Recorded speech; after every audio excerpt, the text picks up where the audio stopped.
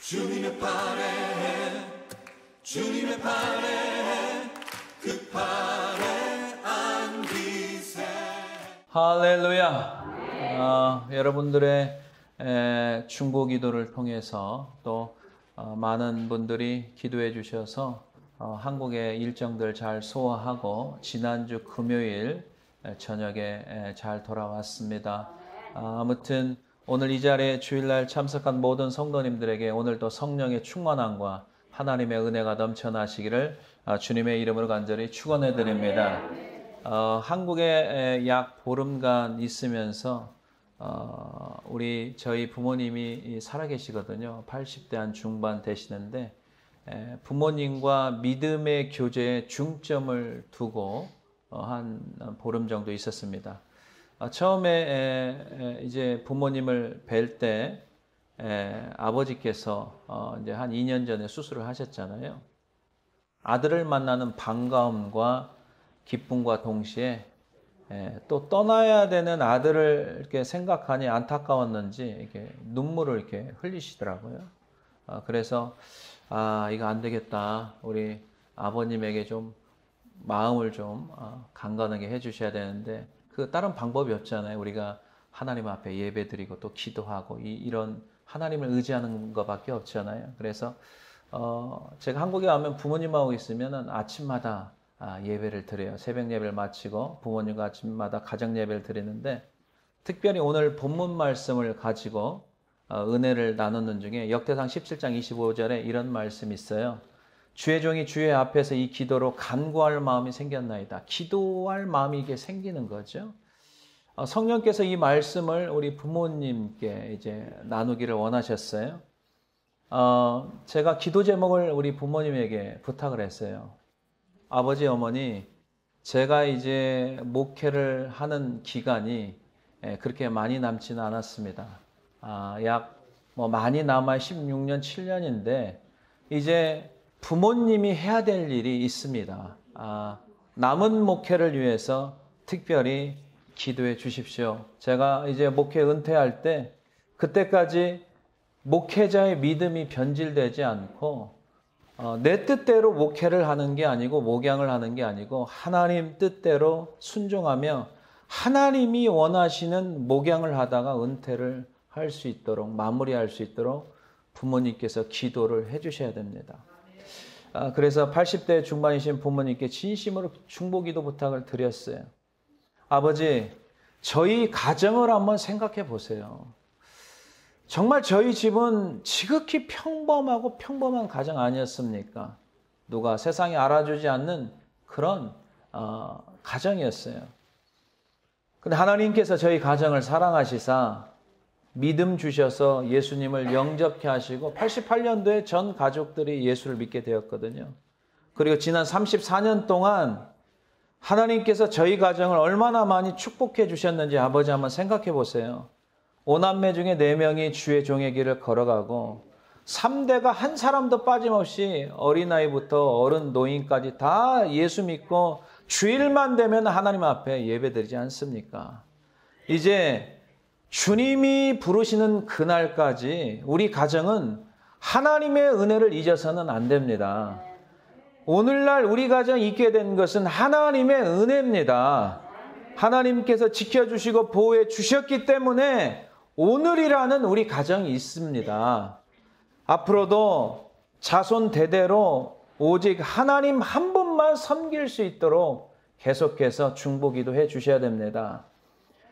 우리 아버지 장로님과 어머니 권사님께서 목회를 잘 마무리할 수 있도록 기도의 사명을 가지시고 이제는 자손들을 위해서 더 많이 기도해 주셔야 됩니다. 라고 부탁을 드렸어요. 두 분께서 아들의 간곡한 중보기도의 청을 들으시고 진지하게 잠깐 깊이 생각하시면서 아멘으로 화답해 주셨습니다. 아버지께서 이제 남은 인생을 어떻게 보내야 되는지 이제 기도의 제목을 분명히 아셨고 결심한 듯 이제는 좀 약한 모습보다는 어떤 힘이 있는 그런 모습을 가지고 잠시지만은 함께 지내셨습니다. 물론 부자지간의 잠깐 만남과 또 오랜 헤어짐에 슬픔이 있지만 이제 하나님께서 각자에게 부르신 소명이 있잖아요. 그래서 선한 싸움을 싸우고 우리가 나의 달려갈 길을 마치는 그날까지 우리가 믿음을 지켜야 될 줄로 믿습니다. 사랑하는 성도 여러분, 오늘 여러분들이 이 자리에 나와서 성전에서 예배드리는 것 여러분 엄청난 은혜인 줄로 믿습니다. 이 예배 자리는 아무나 나오는 게 아닙니다. 하나님의 특별한 은혜가 임하는 자만이 나오는 자리이며 귀한 자리고 하나님의 사랑이 임하는 예배의 자리임을 믿습니다.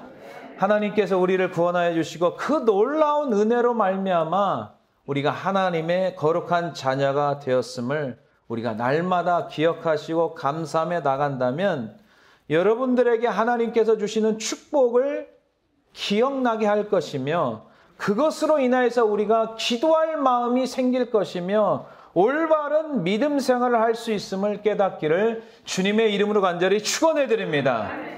성도가 하나님께 간구할 마음이 생기며 기도하는 사람은 어떤 사람인가? 이 기도할 마음이 있게 생기는 사람들이 있거든요. 도대체 어떤 사람인가? 첫 번째, 내가 누구인지를 분명히 아는 사람입니다. 자, 16절 보겠습니다. 다윗 왕이 여호와 앞에 들어가 앉아서 이르되 여호와 하나님이여 나는 누구이오며 내 집은 무엇이기에 나에게 이에 이르게 하셨나이까. 아멘. 여러분 역대상 17장의 전체를 보면요. 오늘 본문의 전 장면이 무슨 장면이냐면 다윗은 이게 궁전에 살잖아요. 이제 궁전에 사는데 어느 날 다윗에게 이런 마음이 들어서 선지자 나단 선지자에게 이렇게 말을 합니다. 나단 선지자에게 보십시오. 내가 백향목 궁전에 살고 있는데 여호와의 법궤는 아직 천막 속에 있습니다. 이 성막이 천막으로 되어 있잖아요. 텐트로 되어 있잖아요. 그래서 나단 선지자는 다윗에게 왕이시여 하나님이 함께 하시니 왕이시여 좋을 대로 하시옵소서라고 답변을 합니다. 그날에 하나님의 말씀이 나단 선지자에게 임합니다. 말씀을 전체적으로 요약하자면 이런 내용이에요. 먼저 내가 거할 성전을 건축하지 말라. 내가 이스라엘 백성들을 출애굽해서 건져내어 난부터 지금까지 내가 성전에 있어 본 적이 없고 천막에 살면서 이리저리 옮겨 다녔다. 그리고 내 백성 목자들에게 백향목으로 이런 성전을 지어달라고 한 적도 없다. 그리고 내가 들에서 양치던 너를 이제 이 땅의 주권자로 삼았다. 이 지금 다윗을 향한 이야기죠. 내가 어디로 가든지 너와 함께하고 너의 모든 대적을 내가 멸하게 해주겠다. 그리고 내 아들 중에 하나를 통해서 후손들이 왕위를 계승하고 내 사랑을 영원히 베풀 것이다. 역대상 17장 14절에 이스라엘 다스리는 나의 통치권을 직접 그에게 영원히 맡겨 그의 왕조가 언제까지나 길이 이어지게 할 것이다. 라는 다윗을 향한 말씀을 나단 선지자에게 미리 말씀하시고 나단 선지자가 다윗에게 말해주는 것이죠. 그리고 다윗은 그 말을 듣고 하나님 앞에 이제 감사 기도를 올리는 장면입니다. 오늘 말씀이 다윗의 감사 기도, 하나님 앞에 감사 기도를 올려드린 장면이죠. 하나님께 기도할 때 왕으로서 하나님 앞에 나간 게 아니에요. 한없이 부족한 자로 하나님 앞에 나갔습니다. 현대의 성경으로 풀어보면 이렇게 돼 있어요. 나의 하나님 여호와여, 내가 무엇이며 나의 가족이 무엇이기에 주께서 그토록 크신 계획을 세워주셨습니까? 이 고백을 했어요. 다윗의 고백은 굉장히 여러분 중요한 신앙의 고백입니다. 하나님을 믿었던 자들이 왜 교만하고 하나님을 멀리하는 줄 아세요? 자기 정체성을 잃어버리기 때문에 그래요. 왜 하나님의 백성들이 예배를 드렸다가 하나님을 떠나고 예배도 드리지 않고 기도를 하지 않는지 자기가 누구인지를 다 잃어버린 거예요. 과거 내가 누구였으며 내가 누구로 인하여서 구원을 받았고 지금 내가 누구의 은혜로 살아가는지를 다 잃어버렸기 때문에 하나님 앞에 기도하지 않고 교회를 다니면서도 하나님과 전혀 상관없는 인생을 사람들이 살아가는 거예요. 여러분, 우리의 영적인 정체성을 먼저 회복해야 될 줄로 믿습니다. 정체성을 분명히 내가 누구인지를 알아야 돼요. 다윗이 죽는 날까지 믿음 잃어버리지 않고 믿음을 지킬 수 있었던 것은 17절의 신앙 고백. 내가 누구였기에, 우리 가족이 무엇이기에 그토록 하나님께서 우리를 사랑하셨습니까? 이 신앙의 고백을 잃어버리질 않았어요. 다윗은 한나라에 통치하는 왕이 되었어도 과거에 자기가 천한 직업, 목동, 여러분, 이스라엘 외에 이방 사람들이 가장 천하게 여겼던 잡이 뭔지 아세요? 그게 목양하는 거예요. 목동이에요, 목동. 쳐다보지도 않았어요. 그런데 다윗은 왕이 되어서 자기 과거가 어떤 사람이었는지를 분명히 알았어요. 잊지 않았어요. 그리고 하나님께 자신을 왕으로 세워주신 것을 분명히 알았던 사람이에요. 사람들이 왜 신앙이 변질되고 믿음이 변질되는지 아세요? 하나님의 은혜로 우리가 수준이 높아지거든요. 하나님을 믿으면요, 영적인 수준뿐만 아니라 삶의 수준도 올라가게 되어 있어요. 근데 사람들이요, 과거가 자기 예수 믿기 전에 비천하고 어둠에 있었을 때 그 생각을 하지 않아요. 다 잊어버리고 다 지금 된 게 자기의 노력과 자기의 힘으로 된 줄 알아요. 굉장히 큰 착각입니다. 그러기 때문에 하나님을 의지하지 않는 거예요. 우리는요, 예수 믿기 이전에 어떤 사람이었던 것을 우리가 잊지 마시고 예수 그리스도의 보혈의 능력과 그 피로 말미암아 우리가 구원의 은혜를 선물로 받음을 우리가 기억하며 살아야 될 줄로 믿습니다. 그럴 때 우리가 주님을 더욱더 사랑하게 되고 하나님 앞에 기도할 마음이 생기기 시작하는 거예요. 하나님의 은혜를 잊지 않고 사는 성도들은 다윗처럼 늘 이런 고백을 하며 감사함으로 하나님 앞에 나가게 되는 거죠. 자신이 누구였던가 정체성을 분명히 알기 때문에 이런 신앙 고백을 하게 되고 죽으나 사나 하나님을 붙잡고 의지하며 하나님의 은혜로 살려고 살아가는 사람들, 이게 바로 자기의 정체성을 분명히 아는 사람들입니다. 여러분, 예배소서 2장 1절 3절 보면은 우리가 어떤 사람이었는지 정확히 나와 있잖아요. 그리고 우리가 무엇을 따랐고, 그리고 세상 풍조, 공중권세 자본자를 따랐고, 육체의 욕심, 내 마음대로 살았던 것이 정확하게 나와 있습니다. 예배소서 2장 1절, 2절, 3절 보겠습니다. 시작. 그는 허물과 죄로 죽었던 너희를 살렸도다. 그때 너희는 그 가운데 행하여 이 세상 풍조를 따르고 공중권세 잡은 자를 따랐으니 곧 지금 불순종의 아들들 가운데 역사는 영이라. 자, 보겠습니다. 3절 시작. 전에는, 이게 바로 예수 믿기 전에는 우리도 다 그 가운데서 우리 육체의 욕심을 따라 지내며 육체와 마음이 원하는 것을 하여 다른 이들과 같이 본질상 진노의 자녀이었더니. 아멘. 예수 믿기 전에 다 우리 욕심대로, 우리 마음에 원하는 대로 살았어요. 그러니까 망하는 거예요. 여러분, 예수 믿고도요, 우리 마음대로 살면 안 돼요. 그건 망하는 길이고요. 하나님 말씀대로 살 때 하나님께서 지켜주시고 날마다의 은혜를 경험하는 줄로 믿습니다. 그걸 우리가 깨달아야 돼요. 우린 세상 사람들이 아니에요. 하나님의 자녀예요. 하나님의 자녀. 신분이 바뀌었어요. 하나님을 진실로 믿는 사람들은 1만 달란트의 은혜를 잊지 않고 살아가죠. 하나님을 잊을 수가 없어요. 과거의 나를 생각하고 하나님의 은혜를 생각하면 눈물이 흐를 수밖에, 눈물 날 수밖에 없어요. 그 은혜를 받아들이고 우리가 살아갈 때 하나님을 날마다 기억하는 거예요. 여러분, 구약 성경에 보면 계속해서 반복되는 게 뭔지 아십니까? 출애굽한 이야기가 계속 반복하는 거예요. 이스라엘 백성들이 어떻게 해서 너희들이 이렇게 됐느냐? 430년 동안 노예 생활했던 거에서 구원하여서 너희들을 광야에서 40년 동안 만나와 매출하게 먹이시고 불기둥과 구름기둥으로 인도하신 그 하나님, 바위를 쳐서 반석을 쳐서 물이 나오게 하셔서 그들을 이끌어가서 이제 젖과 꿀이 흐르는 가나안 땅으로 보냈던 그것들을 계속해서 반복해서 말씀하셔요. 왜 그러겠어요? 하나님의 구원의 은혜를 잊지 말라는 거죠. 예수 믿는 사람들이 이 엄청난 은혜를 어떻게 잊을 수 있습니까? 그 은혜를 생각하면 하나님께 감사하지 않을 수 없고 하나님 앞에 날마다 기도하지 않을 수 없는 거예요. 왜 그렇습니까?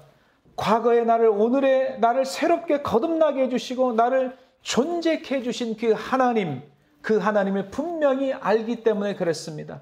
여러분, 사도 바울이 순교를 언제 했냐면 AD 67년에 했어요. 그 직전에 기록한 것이 디모데후서인데 AD 63년에서 65년에 기록됐어요. 그리고 디모데전서를 보면 그 역시 다윗처럼 하나님께 감사함에 자신이 누구였으며 하나님의 은혜에 넘치도록 그 은혜로 살았음을 잊지 않았던 그 사도 바울의 고백이 나오는 거예요. 모든 믿음의 선조들, 믿음의 조상들, 믿음의 사람들은요, 하나님의 은혜를 결코 잊은 사람이 아니었습니다. 여러분, 디모데전서 1장 13절 보겠어요. 내가 전에는 이렇게 시작해요. 항상 전에 어떤 사람이었다는 것을 기억하며 살았어요. 자, 13절 14절 봅니다. 시작. 내가 전에는 비방자여 박해자여 폭행자였으나 도리어 궁유를 입은 것은 내가 믿지 아니할 때 알지 못하고 행하였음이라. 14절. 우리 주의 은혜가 그리스도 예수 안에 있는 믿음과 사랑과 함께 넘치도록 풍성하였도다. 아멘. 전에는 예수 믿는 사람 비방하고 교회 다니는 사람 비방하고 술 먹고 마약하고 도박하고 못된 짓 할 건 다 했습니다. 수시로 남 욕하고 미워하고 정죄하고 간음하고 모든 걸 다 했던 게 바로 누구였어요? 나였어요. 남이 아니고 나였습니다. 근데 이제 예수 믿고 우리가 거룩한 하나님의 사람이 되어서 그런 모든 쓰레기 같은 인생에서 점점점 깨끗하고 거룩한 인생이 되었던 것, 그게 바로 하나님의 은혜인 줄로 믿습니다. 하나님 때문에 깨끗한 사람이 되는 거예요. 사랑하는 성도 여러분, 하나님께 늘 간절히 마음으로 무릎 꿇는 성도가 누구입니까? 내가 누구인지를 분명히 아는 사람은 기도를 놓치지 않아요. 하나님을 의지하지 않을 수 없어요. 내가 하나님의 은혜로 어떤 사람으로 되었고 살았는지를 기억하는 성도만이 하나님 앞에 간절히 기도하는 마음이 생기는 거예요. 주님의 십자가의 피로 말미암아 구원받은 나, 분명한 나의 정체성을 여러분 잊지 마시고 살아간다면 내가 무엇이기에, 다윗이 고백한 것처럼 나의 가족이 무엇이기에 주께서 그토록 크신 계획을 세워주셨습니까? 라는 감격의 기도가 넘치게 됨을 믿고 나아가시기를 주님의 이름으로 간절히 축원해 드립니다. 두 번째 보겠습니다.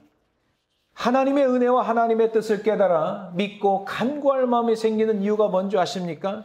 두 번째, 믿음의 사람에게 하나님께서 장래의 축복을 약속해 주신 줄로 믿습니다.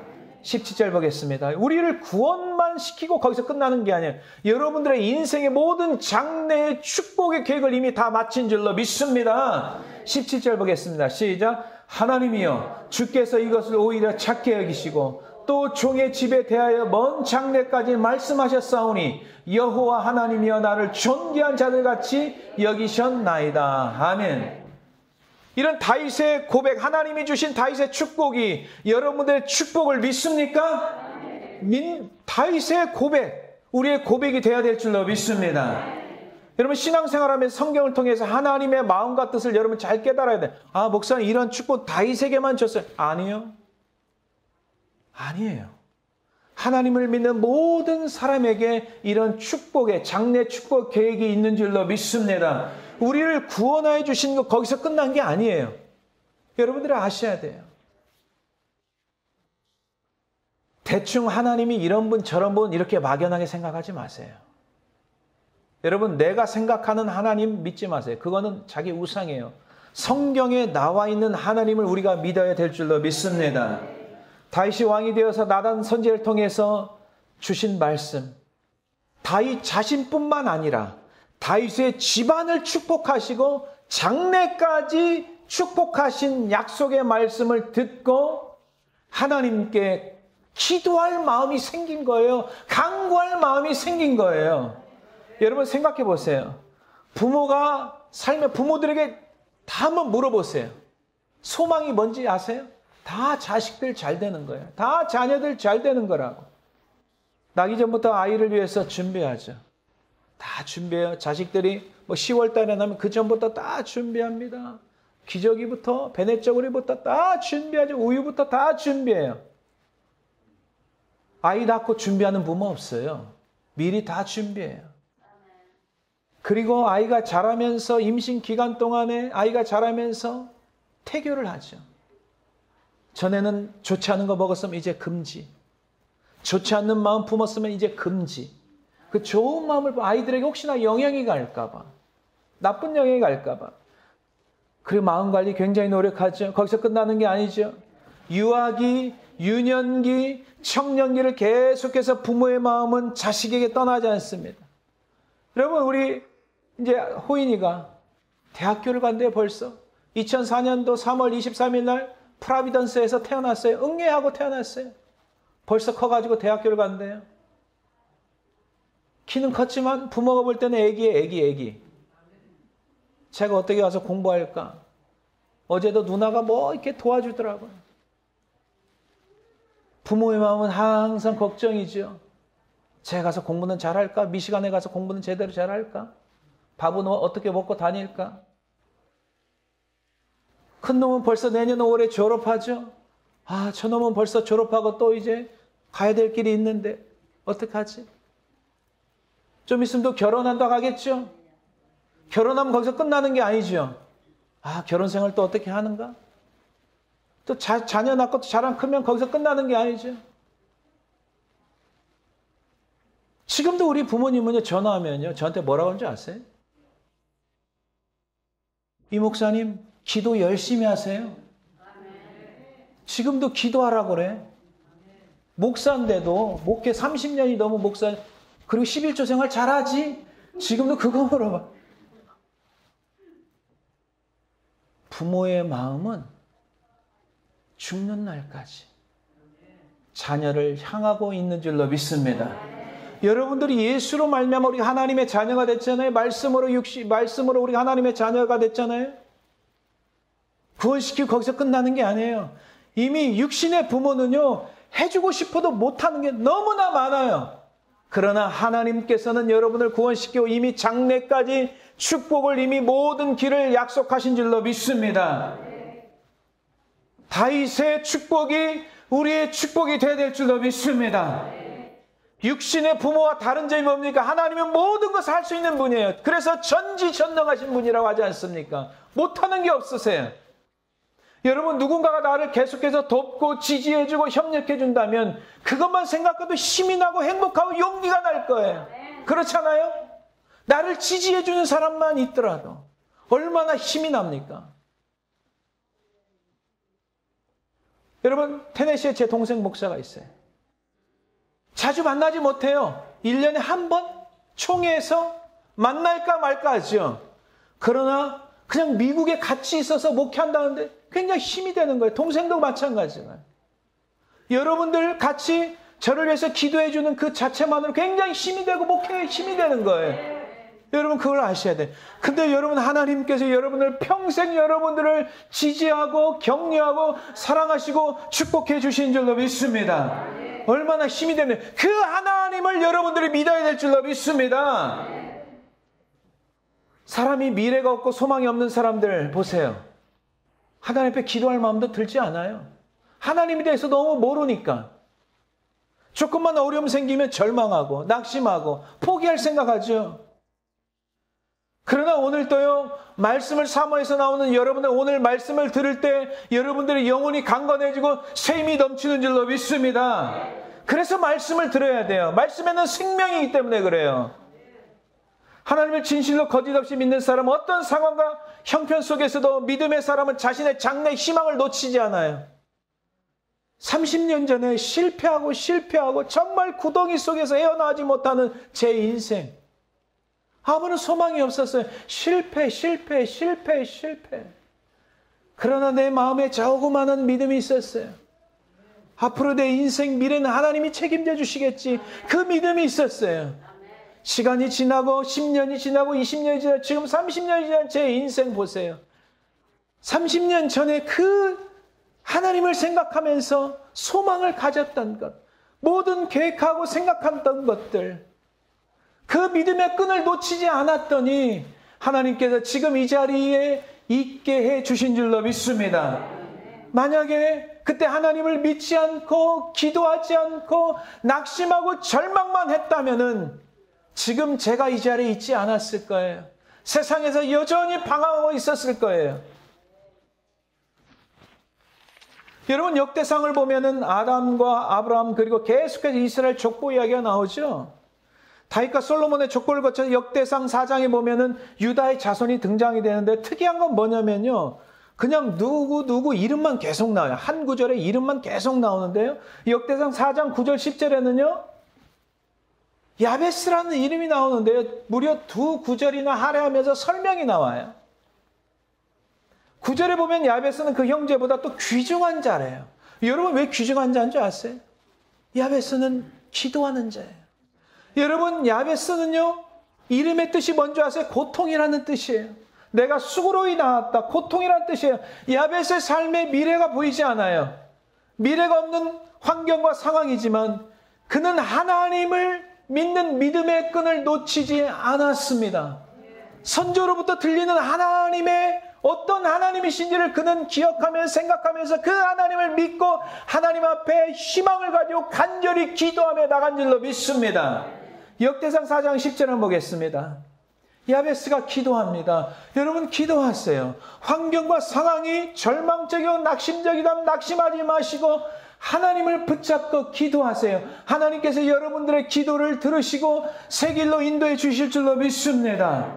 10절 읽겠습니다. 시작. 야베스가 이스라엘 하나님께 아뢰어 이르되 주께서 내게 복을 주시려거든 나의 지역을 넓히시고 주의 손으로 나를 도우사 나를 환난을 벗어나게 내게 근심이 없게 하옵소서 하였더니 하나님이 그가 구하는 것을 허락하셨더라. 아멘. 아멘. 하나님께 구한 모든 것들 허락하셨어요. 여러분, 우리 삶이 그렇잖아요. 너무 좁아요. 수준이 너무 없어요. 정말 높은 곳을 향해서 날고 싶은데요. 그 수준이 안 돼요. 기도하세요. 하나님, 지경을 넓혀 주시옵소서. 우리 자손들에게 지경을 넓혀 주시고 나를 도우시고 나를 환난에서 벗어나게 달라고 기도할 때 하나님 응답하여 주실 줄로 믿습니다. 여러분, 왜 사람들이 무기력하게 사는지 아세요? 왜 믿는다고 하는 사람들이 하루하루 살아가는 것이 세상 사람들처럼 아무런 희망과 꿈도 없이 막연하게 살아가는 줄 아세요? 하나님을 보지 않아요. 믿음의 눈이 없어요. 그냥 보이는 게 자기 자신의 환경, 어려움, 역경, 나에게 들면 몸이 아픈 거 늘 아픈 것만 생각하고, 그리고 물질이 없으면 매일 물질 없는 것만 생각하고, 가난하면 늘 가난한 것만 생각하고, 지식이 없으면 늘 지식이 없는 것만 생각하고,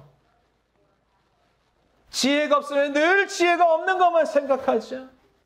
여러분, 지혜가 없으면요, 구하라고 저는 꾸짖지 아니하시고 의 주시는 하나님 앞에 구할 때 여러분의 놀라운 지혜가 임하는 줄로 믿습니다. 내가 가난하게 온 것은 너희를 부욕케 하심이라고 했어요. 내가 채찍에 맞으면 너희가 나음을 얻었다고 했어요. 아플 때 하나님 앞에 기도하시길 바랍니다. 여러분, 더 이상 무기력하게 살지 마세요.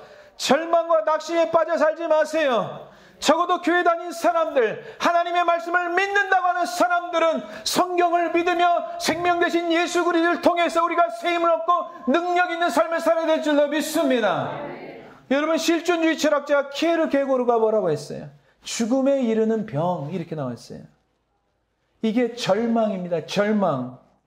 절망하에 사는 사람은 아무런 삶과 꿈과 기대, 비전, 희망이 전혀 없는 상태. 그러니까 절망적인 삶을 사는 거예요. 성경에 이렇게 나와 있어요. 잠언서 29장 18절에 묵시가 없으면 백성이 방자에 행하거니와 율법을 지키는 자는 복이 있느니라. 현대 성경 18절 다시 한번 보겠습니다. 시작. 꿈이 없는 백성은 망할 수밖에 없다. 하나님의 법을 지키는 이들은 얼마나 복되랴. 아멘. 꿈이 없으니까 사람이요 방황하게 되는 거예요. 다른 행동을 하는 거죠. 꿈이 있어봐요. 하루를 살아가는 게요, 물론 피곤하죠. 인생이 피곤합니다. 그래도 하나님 앞에 기도하면서 또 일어납니다. 오늘 제가 일할 수 있는 직장이 있음을 감사합니다. 나의 가족이 있음을 감사합니다. 오늘도 예배 드릴 수 있는 공간이 있어서 감사합니다 라면서 그 믿음 가지고 전진하며 앞으로 달려가는 줄로 믿습니다. 하나님은 어떤 분이세요? 성경을 잘 보셔야 돼요. 우리의 장래를 축복하시고 미래의 희망을 주시는 분이 하나님이라고 했어요. 이 약속의 말씀을 분명히 믿는 성도는 하나님께 간구할 마음이 생기기 시작하는 거예요. 영혼이 꿈틀거리기 시작하는 거예요. 병든 영혼이 다시 일어나기 시작하는 거예요. 예레미야서 29장 11절 보겠습니다. 여호와의 말씀이니라. 너희를 향한 나의 생각을 내가 아나니 평안이요 재앙이 아니니라. 너에게 미래와 희망을 주는 것이니라. 여러분들에게 뭘 주신다고요? 미래와 희망을 주신다고 했어요. 하나님과 가까이 하기 시작하면은, 기도하기 시작하면은 절망에서 희망으로 바뀌는 줄로 믿습니다. 미래 없는 나의 미래가 미래에 있는 우리의 미래로 바뀌는 줄로 믿습니다. 12절 보겠습니다. 시작. 너희가 내게 부르짖으며 내게 와서 기도하면 내가 너희의 기도를 들을 것이요. 기도하면 하나님이 우리의 기도를 뭐 한다고 했어요? 들을 것이요. 13절 시작. 너희가 온 마음으로 나를 구하면 나를 찾을 것이요 나를 만나리라. 아멘. 기도하는 사람을 만나 주시는 줄로 믿습니다. 기도하는 사람을 만나주는 거예요. 기도할 때 영이 새로워지고요. 말씀을 들을 때요, 말씀이 새록새록 들리기 시작합니다. 이게 참 굉장히 이게 영적인 비밀이에요. 다른 게 아니에요. 하나님 앞에 늘 기도하는 사람들, 성전에서 기도하는 사람들, 주님이 그랬잖아요. 우리 성전은, 아버지의 집은 기도하는 집이라고 했잖아요. 성전에서 늘 기도해 보세요. 영이 맑아져요. 그리고 세속화가 안 되잖아요. 그렇기 때문에 하나님의 말씀이 들리기 시작하는 거예요. 기도하지 않으면요, 세상 사람들하고 똑같이 살아갑니다. 성경을 받아요. 성경 말씀이 보이지가 않아요. 말씀을 들어도 들리지가 않아요. 보이지가 않는 거예요. 사랑하는 성도 여러분, 목동인 다윗이 왕된 게 얼마나 큰 일이에요. 그렇죠? 그래도 하나님께서는 야, 거기서 너의 축복이 끝나는 게 아니야. 아, 왕으로 세워진 거 너무 큰 일인데도 너무 작게 여기시는 거예요. 그리고 다윗을 존귀히 여기시고 다윗의 집안 전체를 먼 장래까지 축복으로 약속해 주신 줄로 믿습니다. 여러분, 우리가 구원받은 게 얼마나 큰 일이에요. 그렇죠? 엄청난 일이에요. 근데 하나님께서는 작게 여기시고, 그리고 거기서 끝나는 게 아니고 여러분들의 자자손손까지 하나님께서 축복해 주심을 약속해 주신 줄로 믿습니다. 여러분, 오늘까지가 아니에요. 나에서 그치는 게 아니라 우리 다음 세대까지 자손 대대로 축복을 약속하심을 여러분들이 믿는다면은, 여러분 이 약속을 여러분들이 오늘 이 시간에 믿는다면은 하나님 앞에 기도할 마음이 생기기 시작하는 거예요. 하나님을 향하는 마음이 생기기 시작하는 거예요. 간구할 마음이 생기기 시작하는 것이에요. 이런 마음들이 여러분들에게 오늘 넘치도록 임하시기를 주님의 이름으로 간절히 축원해 드립니다. 마지막으로 우리 인생의 장래 미래를 축복으로 약속하신 하나님의 말씀을 믿는 자, 하나님께 기도할 마음이 생기면 어떤 기도로 주님 앞에 우리가 나가야 됩니까? 우리의 집안이 축복이 오늘 우리 세대에서 끝나는 게 아니라 영원토록 지속되도록 우리가 간구해야 될 줄로 믿습니다. 27절 보겠습니다. 이제 주께서 종의 왕조의 복을 주사 주 앞에 영원히 두시기를 기뻐하시나이다. 여호와여 주께서 복을 주셨사오니 이 복을 영원히 누리리이다 하니라. 아멘. 이게 오늘 본문의 27절에 나와 있는 말씀이에요. 여러분, 다윗은 자신을 왕위로 세우신 것 하나님께서 작게 여기시고 더 나아가 집안 후손들의 미래를 축복해 주시겠다는 말씀에 대해서 좋은 것으로 주의 종에게 허락하셨습니다. 좋은 것으로 주의 종에게 허락하셨습니다. 고백합니다. 이제 다윗은 더욱더 하나님께 기도할 마음이 생긴 거예요. 오늘 여러분들에게 기도할 마음이 생겨야 될 줄로 믿습니다. 기도할 마음이 생겨야 되는 거예요. 25절 보겠습니다. 자, 굉장히 중요한 말씀 여러분 놓치지 마세요. 시작. 나의 하나님이여 주께서 종을 위하여 왕조를 세우실 것을 이미 듣게 하셨으므로 주의 종이 주 앞에서 이 기도로 간구할 마음이 생겼나이다. 아멘. 여러분의 가정, 자손 대대로 하나님의 축복이 임하고 이미 약속하셨다는 말씀을 믿는다면 무슨 마음이 생긴다고요? 기도할 마음이 생기는 거예요. 믿습니까? 기도할 마음이 생겨야 돼요. 이 말씀을 제가 우리 아버지하고 같이 어머니와 가정예배를 드리면서 가슴이 굉장히 뜨거워지더라고요. 더욱더 강하게 기도할 마음이 생기는 거예요. 우리 자손만 아니라 그 다음 세대. 여러분, 다음 세대가 아닌 다른 세대가 나오면요, 이거는 망하는 거예요. 여러분 세대가 분명히 기도하면 기도로 씨를 뿌리지 않는 가정은 다음 세대가 나올 수가 없어요. 분명히 여러분들 기억하셔야 돼요. 여러분, 광야 시대에 여호수아 갈렙이 1세대에서 딱 2명만 살았습니다. 1세대가 다 광야에서 엎드려 죽었습니다. 늘 원망, 불평, 불순종. 하나님께 40년 동안 광야에서 뺑뺑이를 시킵니다. 그리고 거기서 다 엎드려 죽게 합니다. 그러나 여호수아 갈렙만이 믿음의 사람이 딱 2명만 살아남습니다. 그리고 두 명과 2세대들과 함께 적과 꿀이 흐르는 가나안 땅으로 들어가는 거죠. 여러분, 사사기 2장 8절을 보니까 여호수아가 110살에 죽습니다. 언젠가 죽자, 누구든 다 죽잖아요. 살아있을 때는요, 이스라엘 백성들이 하나님만 섬겼어요. 여호수아가 사는 날 동안은 여호와를 섬겼다고 성경에 기록됐어요. 그러나 그가 죽고 난 후에 일어난 세대가 어떤 세대인지 아십니까? 하나님을 알지 못하는 세대가 나오는 거예요. 가슴 아픈 일입니다. 사사기 2장 10절 보겠습니다. 시작. 그 세대의 사람도 다 그 조상들에게로 돌아갔고 그 후에 일어난 다른 세대는 여호와를 알지 못하며 여호와께서 이스라엘 위하여 행하신 일도 알지 못하였더라. 11절 시작. 이스라엘 자손이 여호와의 목전에 악을 행하여 바알들을 섬기며, 이렇게 나와 있습니다. 하나님께서 행하신 일을 알지 못하는 세대가 나오는, 왜 그러겠어요? 가르치지 않으면 그래요. 여러분, 그렇잖아요. 역사라는 게 굉장히 중요하잖아요. 일제 36년. 안 가르치면 그 다음 세대 아무도 모릅니다. 여러분, 잊지 말아야 됩니다. 나라가 약해서 당한 겁니다.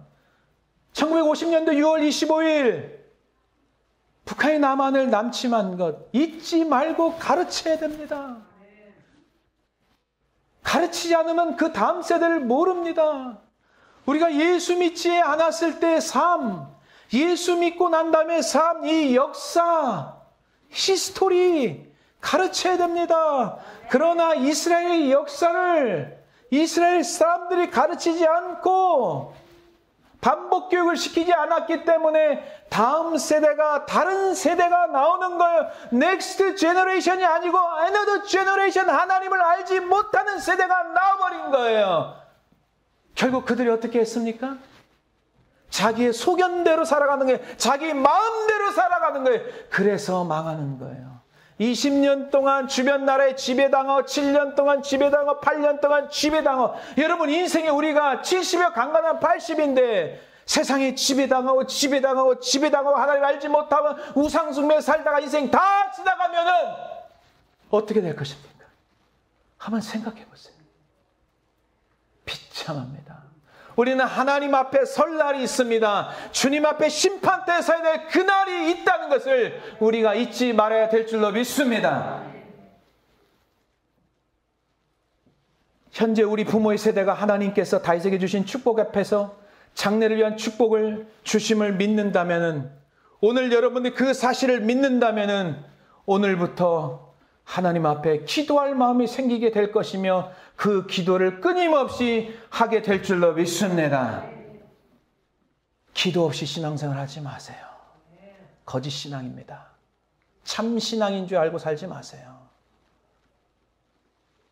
하나님 앞에 기도하지 않으면서 마치 내가 하나님 잘 믿는 것처럼 착각하지 마세요. 여러분, 교회에서 여러분 좋은 소리 들으려고 나오지 마세요. 여러분들은 오늘 이 시간에도 하나님 말씀을 듣고 주님 앞으로 돌아와야 될 줄로 믿습니다. 왜 사도 바울이 디모데를 그렇게 아낀지 아세요? 디모데를 굉장히 아들처럼 아꼈잖아요. 왜 그런지 아세요? 사도 바울은 디모데의 집안을 보니까, 왜죠? 외할머니 신앙을 쭉 봐왔고 그의 어머니의 신앙을 봤어요. 그 신앙이 계속해서 흘러내려오는 거죠. 거짓 없는 믿음이 흘러내려오는 거예요. 믿음이 변질되지 않았어요. 외할머니, 어머니, 그리고 디모데까지 그 믿음이 변질되지 않고 진짜 믿음이 흘러내려온 거예요. 그러니까 사도 바울이 볼 때 너무 귀한 거예요. 그 아들이요. 손자가 너무 귀한 거죠.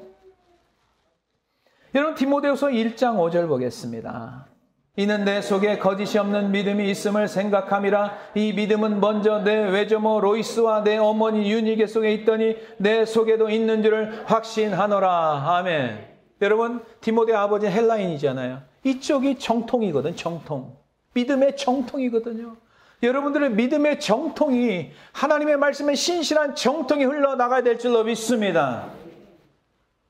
잘못된 믿음 여러분 전수하지 마세요.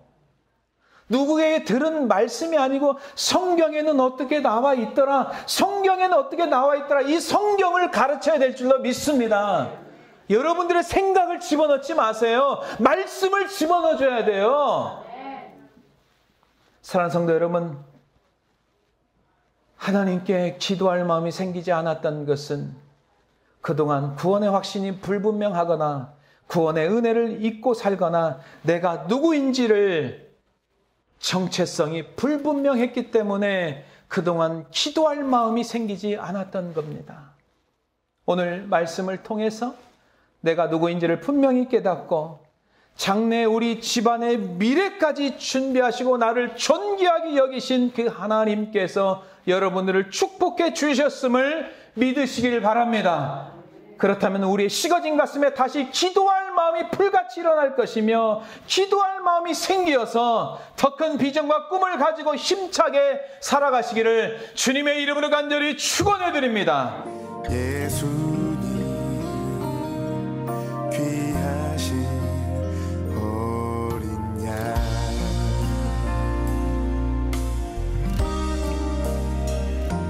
주보혈 날 씻었네. 내게 생명을 주셨네.